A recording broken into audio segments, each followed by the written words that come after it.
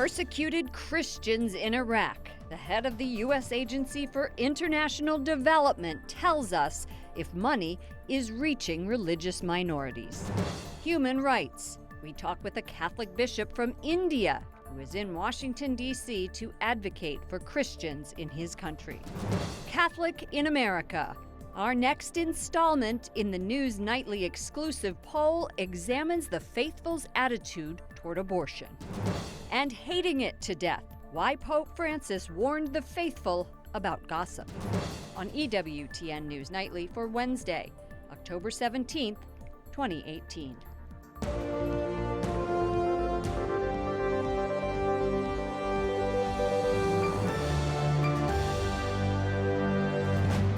Good evening from Washington, D.C., and thank you to those of you joining us from around the world for news from a Catholic perspective. I'm Lauren Ashburn. Tonight, our ongoing coverage of the threat of Christian extinction in the Middle East. Cardinal Luis Rafael Sacco, head of Iraq's Chaldean Catholic Church, strikes out at the U.S., saying aid promised by the American government to help religious minorities rebuild has not come through. L'America finora non ha fatto niente. At a Vatican briefing, Cardinal Sacco says the U.S. has not done anything. He made these comments before meeting with the U.S. Agency for International Development and before it announced additional funding to religious and ethnic minorities in Iraq. USAID says it's adding $178 million in U.S. foreign assistance, bringing the total to nearly $300 million. Joining us now from Rome is United States Agency for International Development, or USAID Administrator, Mark Green. Welcome to the program. Good evening. It's great to be with you. Very nice to be with you. You met with Cardinal Sacco today. You've also met with other members of the Vatican. Yesterday, Cardinal Sacco issued a pretty unusual rebuke of the U.S. Is he exaggerating? Were you able to make him aware of what the U.S. has done? Well, I thought we had a great meeting, and obviously he's very busy, as you know, right here in Vatican City. So part of what we did is to let him know about the great work that we've been doing in months, and particularly in recent days. So just this week we announced $178 million in additional assistance that's going directly into these communities, expanded partnerships with the Knights of Columbus, Malteser International, Caritas Iraq. So we had lots of good news to bring to his attention. I think he was very pleased. It was declared a genocide by former Secretary John Kerry in March of 2016. There have been complaints that money has not arrived quickly enough. What has been the problem? Well, first off, let me say this. When I came on board at USAID, which is now just a little over a year ago, we took on this work almost immediately. As you know, I made a trip out to the Nineveh Plains myself to see firsthand where our money had been going, to judge some of the projects, to listen very carefully to community leaders, church leaders, to make sure that we were better synced up. So we've been mobilizing money in the year plus that I've been on the job. It's $300 million now that has gone into northern Iraq. But more importantly, what we've done is to make sure that we're being responsive, that we're taking on those projects that communities need, that leaders are looking for, that we have the right kind of partners to make sure that we're getting the results that we all need to see. And so we have been, in fact, doing that. So I'm a development guy from way back, so I have a tough-minded approach to things. I want to make sure that every dollar is extended as far as it can possibly go, that we're reaching communities in need, that we're making an important difference, that we're doing sound development work, that we're working on things like electrical systems and running water, those things that allow communities to survive, families to prosper, and let them know that we care and that we'll be there for the long run, that will help these communities grow, that their future, in fact, is in northern Iraq. So that's what we've been doing ever since I've been on the job. When I was in northern Iraq about a year and a half ago on the Nineveh Plain, the destruction, the rubble, the lack of services, it really was overwhelming. How are your faith-based initiatives working, like the one with the Knights of Columbus? Well, they're working well in the sense that we're making concrete progress and taking these challenges on. But you're right. I mean, the devastation that was suffered by these communities, by ISIS, just pure evil, what they did, the desecration of graves, the violation of sanctuaries, obviously the abduction and murder of so many people, Christians, Yazidis, and other minorities, truly awful to behold. And so piecing this back together, trying to provide the conditions that allow families to be secure, that allow families to view this area as their future, is tough work.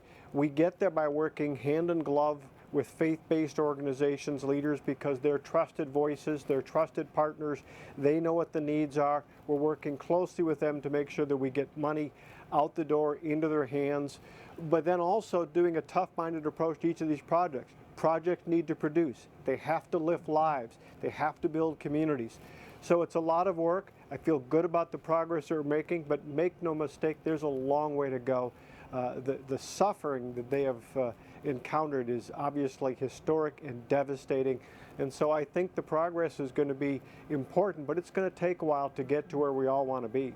What would success look like to you, say, in a year? Well, what success looks like is every family that looks at the community, their community in northern Iraq, as a place where they can live, work, and raise a family. The most important thing we can do is help them to understand all that we have been doing, all that we want to do, and that the future is there for them in northern Iraq. There is a place for them. We want to help rebuild that mosaic in northern Iraq that's been so essential to the character of the nation, where communities live side by side, where communities of faith are respected, where people can worship freely, where people can raise their families, where they have the kinds of jobs that they can raise a family on. That's what success looks like. Mark Green, Administrator, USAID. Thank you so much for joining us. Oh, it's great to be with you. Catholicism in parts of India is on the rise, and today a Catholic bishop, known for promoting human rights and religious freedom there, is asking for help. He came to meet with the State Department and the U.S. Bishops' Conference about the challenges facing Christians in his homeland. Correspondent Wyatt Goolsby talked with him earlier today, and he joins us from the State Department. Good evening, Wyatt. Good evening, Lauren. Bishop George Paliparambil, or simply Bishop George as he is known, spoke today with the Ambassador at Large for International Religious Freedom, Sam Brownback. The bishop's country, India, faces many challenges. One of the biggest, he tells me, is Christians who are harassed simply for practicing their faith. There is a subtle effort made to uproot Christianity. Bishop George says the faithful in India remain under threat, not by the majority, but by a small group of Hindu extremists, who in some cases carry out violent attacks against churches. It is a matter of concern not only for people outside, for ourselves. It is a very great concern because that goes against the very fundamental rights that we have of having our own faith, practicing it and propagating it. Christians, who number only about 64 million in a country of over a billion, accuse the government of failing to crack down on fundamentalists. According to the advocacy group Open Doors USA, India ranks number 11th in the World Watch List of countries where Christians face the most persecution, implicitly or explicitly, by their government. North Korea remains the worst persecutor.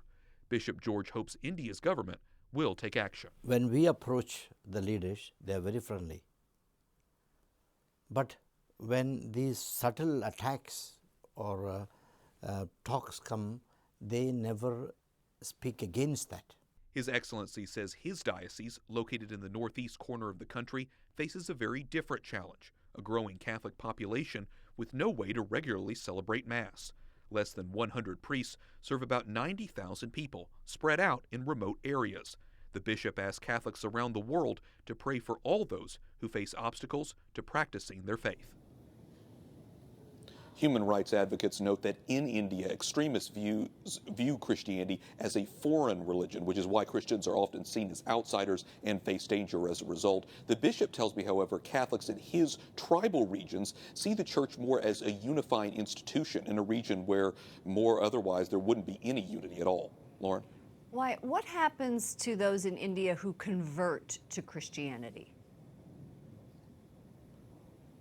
Well, Bishop George says luckily in his diocese in particular, converts don't face any immediate problems, but in many parts of India, converts to Christianity or Catholicism explicitly experience some of the worst persecution and are often under threat by extremists to, quote unquote, return to Hinduism. So in some cases, Catholic converts have been physically assaulted and sometimes actually killed just for refusing to deny their faith. Lauren. Correspondent Wyatt Goolsbee reporting from the State Department. Thank you, Wyatt. Now on to Turkey. The legal fight isn't over for North Carolina Pastor Andrew Brunson. His lawyer wants the Turkish courts to admit their ruling was against the law. Turkish prosecutors are also appealing and seeking a longer sentence. Capitol Hill correspondent Jason Calvi joins us now. Good evening, Jason. Good evening, Lauren. NATO allies Turkey and the United States this summer traded economic jabs over Pastor Brunson. The U.S. leveled tariffs against Turkish steel and aluminum and sanctioned a few Turkish government leaders. Turkey responded with tariffs against American cars and alcohol. And so today I asked one senator, what comes next? Is it time to loosen the sanctions and the tariffs against Turkey after the release of Pastor We need Brunson? a better relationship with Turkey. Republican Senator John Kennedy of Louisiana tells me Turkey still has problems. It's clear that President Erdogan is becoming more authoritarian. But let me say again, he's one of the centers of power in the Middle East. And I know we have a lot of folks walking around this place after what happened in the consulate in Istanbul going, I'm shocked.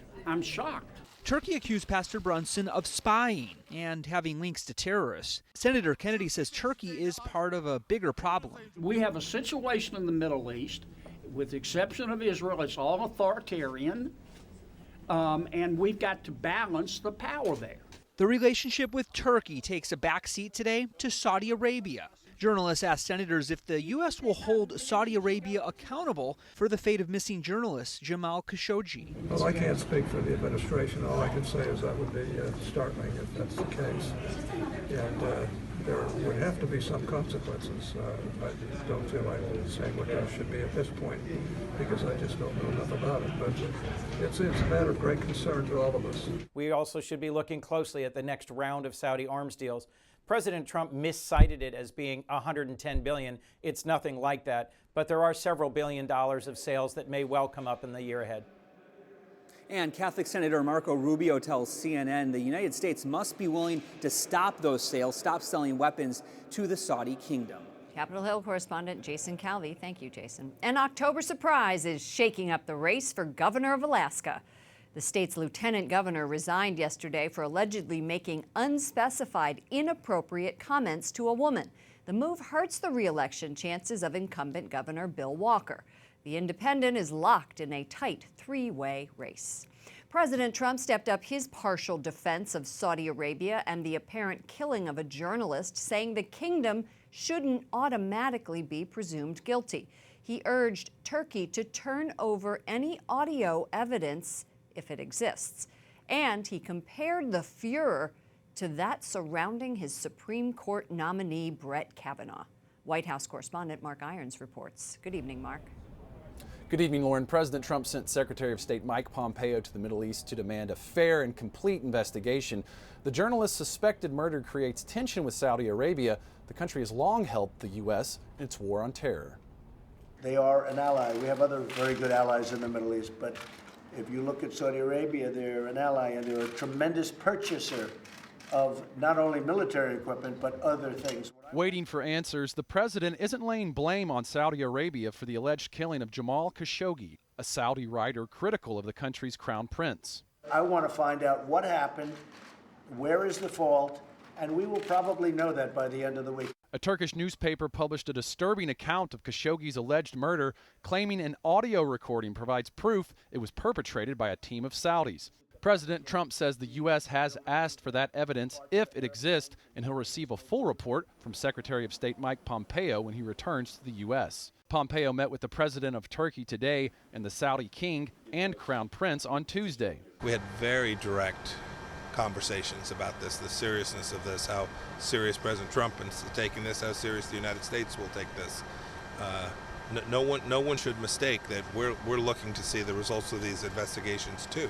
Pompeo says Saudi Arabia has promised to punish anyone if found responsible for this case, but like President Trump, he is reminding people that Saudi Arabia is a key ally. Crown Prince, thank you very much. Thank you for being here. Thank you, Mr. President. Kentucky Senator Rand Paul disagrees. He writes, Saudi Arabia is not our friend. They fund radicalism around the world. We don't need to be arming them. They are the worst actor out there promoting terrorism. And South Carolina Senator Lindsey Graham says Sherlock Holmes isn't needed to solve this mystery. He believes the Saudi crown prince had Khashoggi murdered. You may remember Senator Graham was a fierce defender of Supreme Court Justice Brett Kavanaugh. President Trump is now comparing the sexual assault claims made against Kavanaugh to the murder accusations made against the Saudis. The president told journalists, quote, "Here we go again with you're guilty until proven innocent." Lauren? White House correspondent Mark Irons. Thank you, Mark. President Trump selects a Catholic from Washington, D.C. as the next White House lawyer. Pat Cipollone serves on the board of directors for the Catholic Information Center here and is co-founder of the National Catholic Prayer Breakfast. He replaces Don McGahn, who planned on leaving following the confirmation of Supreme Court Justice Brett Kavanaugh. Defense Secretary James Mattis arrives in Singapore. He plans to meet tomorrow with his Chinese counterpart. There are escalating tensions between the countries over Beijing's purchase of Russian fighter planes and continuing friction in the South China Sea. At least 17 people are dead after a school shooting in Crimea. The attack at a vocational college left 40 people wounded. The alleged gunman was an 18-year-old student at the school. He took his own life at the scene. No motive has been given. Guns are tightly restricted in Russia. Civilians can own only hunting rifles and must undergo significant background checks. A caravan of roughly 2,000 Honduran migrants is on the road again. The group is in Guatemala and hopes to reach the United States. President Trump continues to warn Central American governments to stop them or face losing U.S. funding. South Korean President Moon Jae-in is at the Vatican. He meets Pope Francis tomorrow and is expected to relay a message from North Korea inviting the Holy Father for a visit. Today, Kim attended an evening mass at St. Peter's Basilica with Cardinal Pietro Parolin, the Vatican's top diplomat. Kim also praised the Holy Father for promoting dialogue in the Korean Peninsula. Coming up, our exclusive poll examining the attitudes of American Catholics on abortion.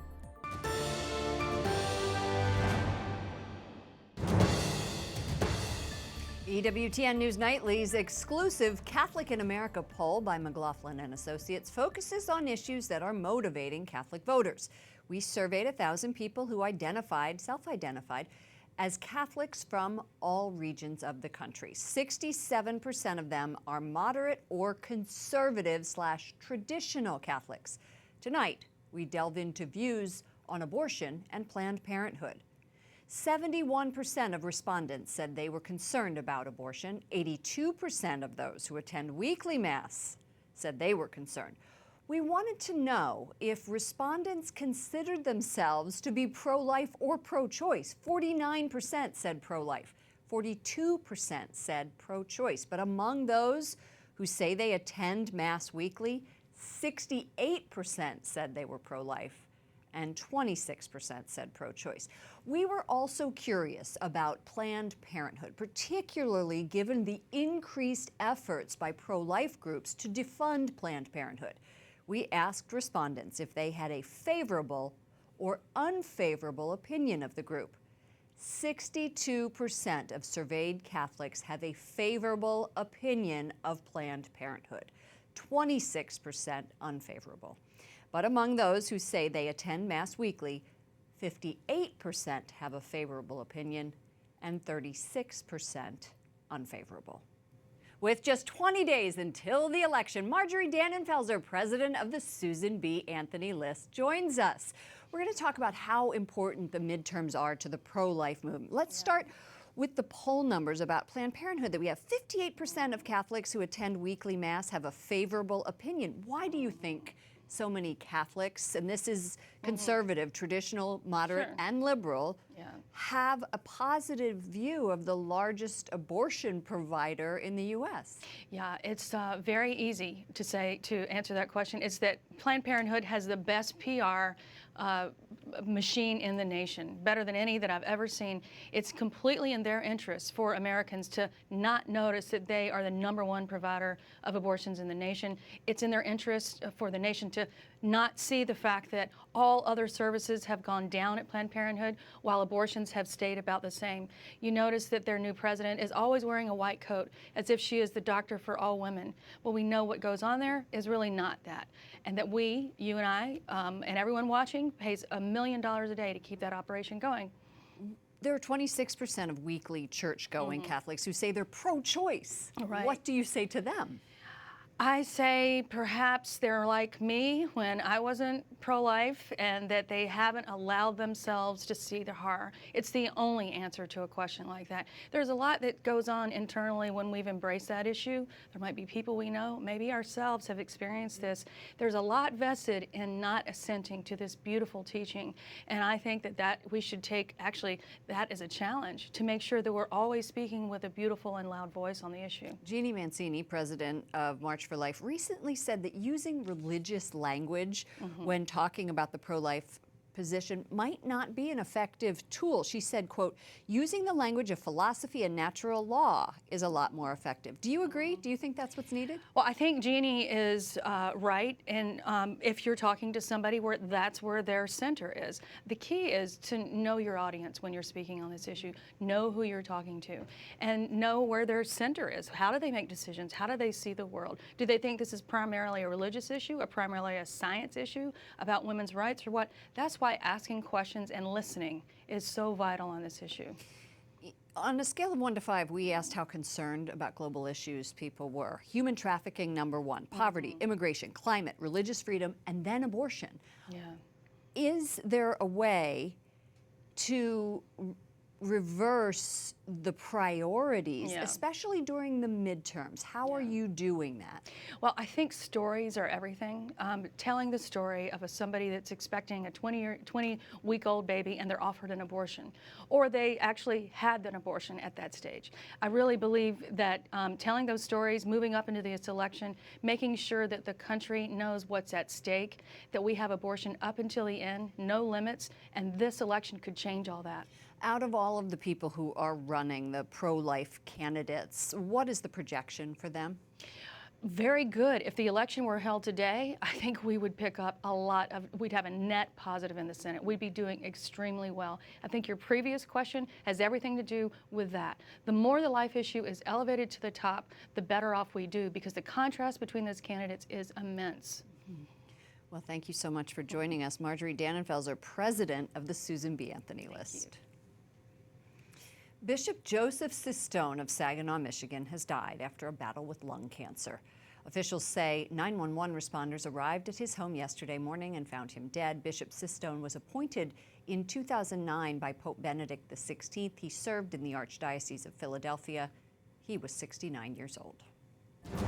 Up next, Pope Francis releases his prayer intentions for October, and what the Holy Father says about gossip and insults.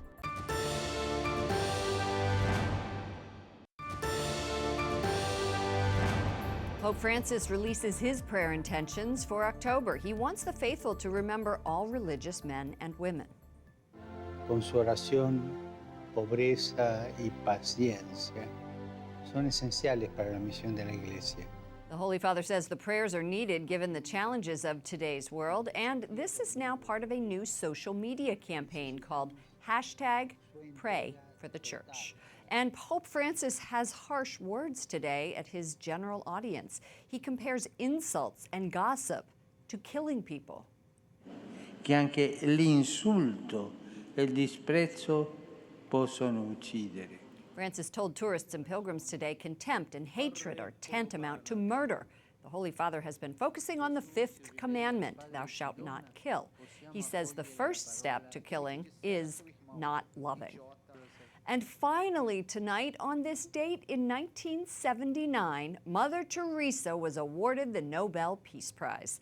The Roman Catholic nun was given the honor for her work on behalf of the sick and poor in Calcutta, India. Mother Teresa died in 1997 and was canonized a saint in 2016. One of her favorite sayings is, "My secret is simple. I pray." For all of us here at EWTN News Nightly, to all of you around the world, thank you for watching. I'm Lauren Ashburn. Let's keep in touch online. Follow me at Lauren Ashburn on Twitter and at Lauren Ashburn EWTN on Facebook. Good night, and God bless you.